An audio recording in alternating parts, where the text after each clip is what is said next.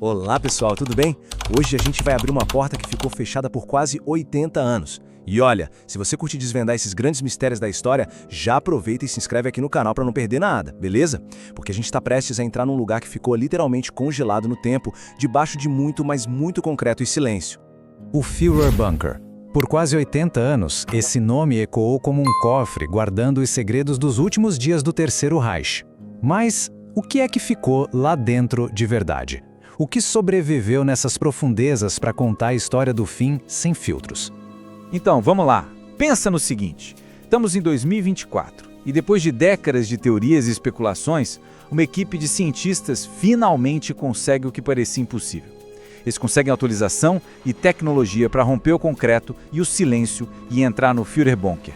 Claro, isso é um cenário hipotético, mas é um exercício que nos ajuda a juntar todas as peças e evidências que temos hoje. Seria, sem dúvida, um momento histórico. Mas calma aí. Para a gente ter uma ideia do que eles poderiam encontrar lá dentro, a gente precisa voltar no tempo. Bem-vindos aos últimos dias do Reich, mas vistos de dentro, do seu epicentro claustrofóbico e totalmente subterrâneo. E o que mais impressiona aqui é a velocidade com que tudo desabou. É vertiginoso. Em só 10 dias, o Reich implodiu. Pensa bem, no dia 20 de abril, Hitler faz seu último aniversário já bem debilitado. Só 2 dias depois, ele tem um colapso total e admite para o seu círculo íntimo que a guerra acabou, que está tudo perdido. No dia 29, ele se casa com Eva Braun numa cerimônia bizarra e no dia seguinte, os dois estão mortos. Agora, tenta imaginar o clima lá embaixo, completamente isolados. Enquanto Berlim era pulverizada lá em cima, você tinha Hitler, Eva Braun, o ministro da propaganda Joseph Goebbels com a esposa e os 6 filhos, mais o núcleo duro do poder. Era uma verdadeira panela de pressão humana prestes a explodir. E aí vem o ato final, no dia 30 de abril. E ele foi executado com uma precisão fria, seguindo um plano. Hitler e Eva Braun vão para o escritório particular. Um tempo depois, houve-se um único tiro. Quando entram, encontram os 2 mortos. Seguindo ordens diretas, os corpos são levados para o jardim da chancelaria e queimados com gasolina. Tudo isso enquanto as bombas soviéticas caíam por todo lado. O plano era não deixar nada para trás, não serem capturados de jeito nenhum. E esse deveria ter sido o fim da história, certo? Mas não. Com a morte de Hitler começa um capítulo totalmente novo, o da desinformação. Uma gigantesca cortina de fumaça que duraria décadas e alimentaria todo tipo de mito. E tudo começa no dia 2 de maio. As tropas soviéticas finalmente tomam a chancelaria. As unidades de contra-inteligência, a temida Smash, são as primeiras a entrar no bunker. Eles encontram os restos dos corpos carbonizados e mesmo naquele estado, eles sabem exatamente o que aquilo significa.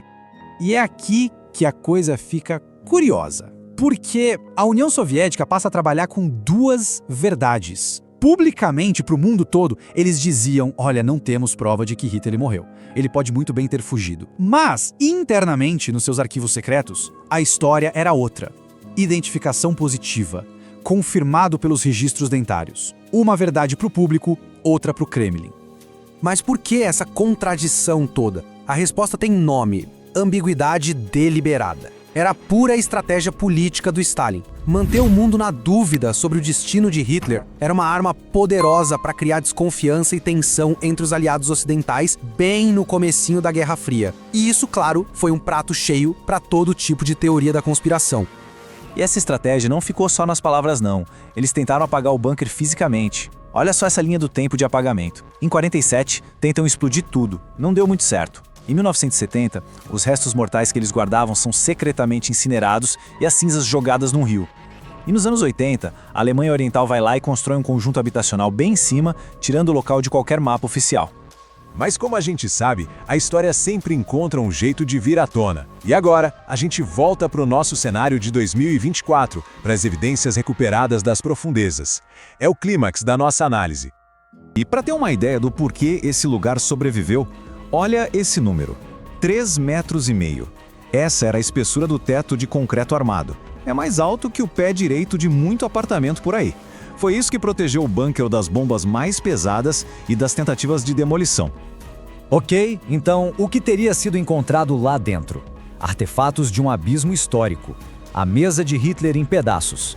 Mapas táticos de Berlim com anotações à mão mostrando o desespero final.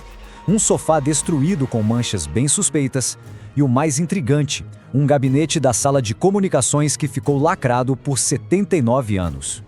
E a análise daquelas manchas no sofá é de arrepiar e não deixa dúvida. A maior parte era sangue humano, sim. Mas também encontraram traços de cianeto e barbitúricos. É a prova científica que faltava para corroborar os relatos históricos do suicídio duplo, com veneno e arma de fogo. E aquele gabinete lacrado? Dentro, os registros de uma última e arrepiante mensagem em código Morse. Não há saída, procedimento final confirmado.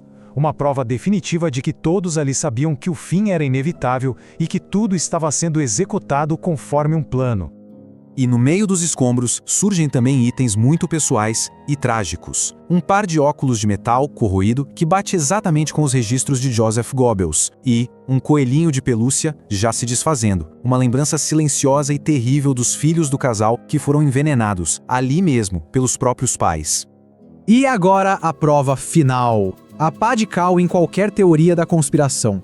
Um fragmento de mandíbula humana que muito provavelmente foi guardado pelos soviéticos e depois se perdeu nos escombros é recuperado.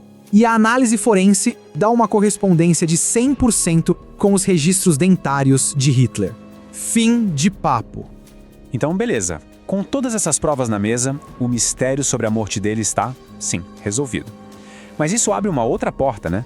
Como é que a gente reflete sobre essa batalha entre o fato histórico e o mito que foi criado em volta dele por tanto tempo? Esse gráfico aqui deixa bem claro o porquê dos mitos sobre a fuga dele terem durado tanto. Metade da culpa, basicamente, foi da desinformação deliberada dos soviéticos, o resto se divide entre a simples falta de acesso ao local e, claro, o apelo que teoria sensacionalista sempre tem. E isso nos leva a uma última pergunta que fica pra gente pensar. Agora que a prova física existe e é irrefutável, por que será que alguns mitos ainda insistem em sobreviver? O que isso diz sobre a natureza da verdade da crença hoje em dia? Comenta aqui embaixo o que você acha disso, eu vou adorar ler as opiniões e, claro, não esquece de se inscrever para mais análises como esta. A gente se vê na próxima.